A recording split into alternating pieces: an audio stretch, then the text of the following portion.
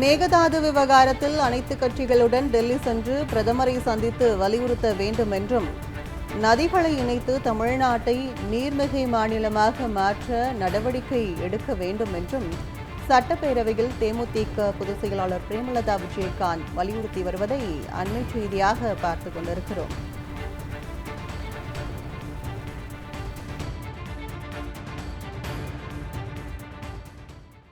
அண்ணன் ஸ்டாலின் அவர்கள் பல தீர்மானங்களை நிறைவேற்றியிருக்கிறார்கள்.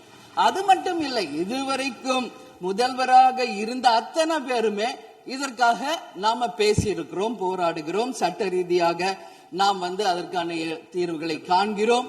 அது மட்டும் இல்லை, காவிரி மேலாண்மை ஆணையம் ஒரு தீர்ப்பு சொல்றாங்க, உச்ச நீதிமன்றம் ஒரு தீர்ப்பு சொல்றாங்க.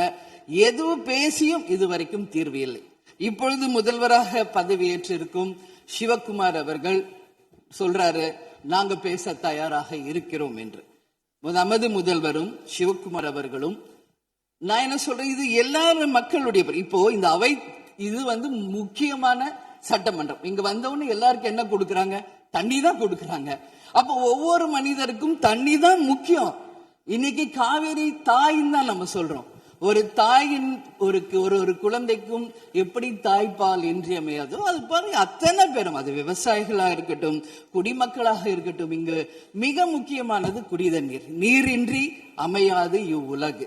அதனால முதல்வர் அவர்களே, உங்களை நான் கேட்டுக்கிறது, எப்படி மின் மிகை மாநிலமாக தமிழகத்தை உருவாக்கணுமோ அது மாதிரி மின் மிகை நீர் மேலாண்மையை நாம் நிச்சயம் உருவாக்க வேண்டும் என்று கேட்டுக்கொள்கிறேன்.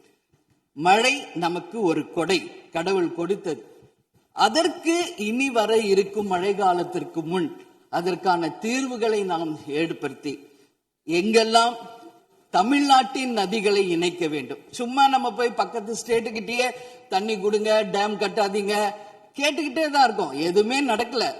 அதனால சொல்றேன், தன்னிறைவு மிக்க மாநிலமாக நம் தமிழ்நாடு உருவாக வேண்டும் என்று மாண்புமிகு முதல்வர் அவர்களை நான் கேட்டுக்கிறேன்.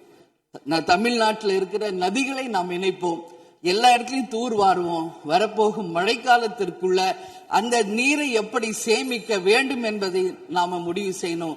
வீணாக கடல்ல போய் நீர் கலக்கிறத தடுத்தாலே தமிழ்நாடு மின்மிகை நீர் மேலாண்மை நிச்சயம் வரும் என்பதை தெரிவிச்சுக்கிறேன்.